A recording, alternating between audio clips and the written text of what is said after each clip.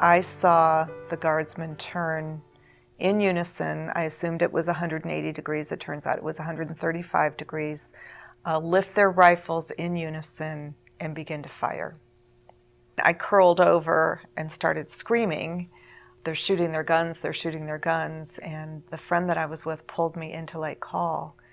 And then when we were in there, somebody came, after a minute or so, someone came in and said people had been shot. I knew several people that might have been there, and I was fearful that something might have happened to them. My roommates did not come home for lunch, so I thought maybe they went to the rally as well. And I remember looking down a hallway and seeing a trail of drops of blood down the hallway. And then we went out and left Lake Hall and walked along the access road until we got close to where Jeff Miller was lying. I did end up going on a campus bus, and a young gentleman came in with a flag that was just draped, just dripping in blood.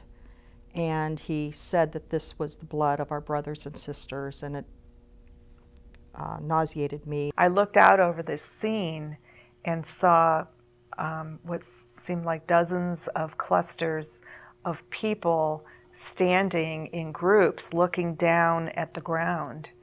And I realized that what I was seeing in this huge scene was people standing over bodies on the ground. I didn't find out until my mother came and broke through the barricades to come and get me, to take me home to my home in Youngstown.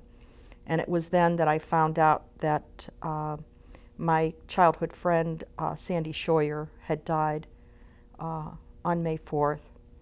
And the next day, when I read the newspaper, I found out that another acquaintance of mine, Bill Schroeder, was also killed.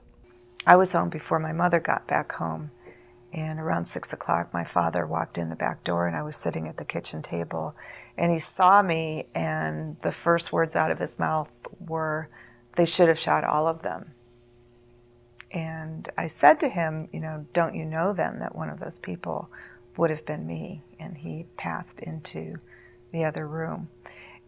And I relate that part of my experience because it was very representative of the times.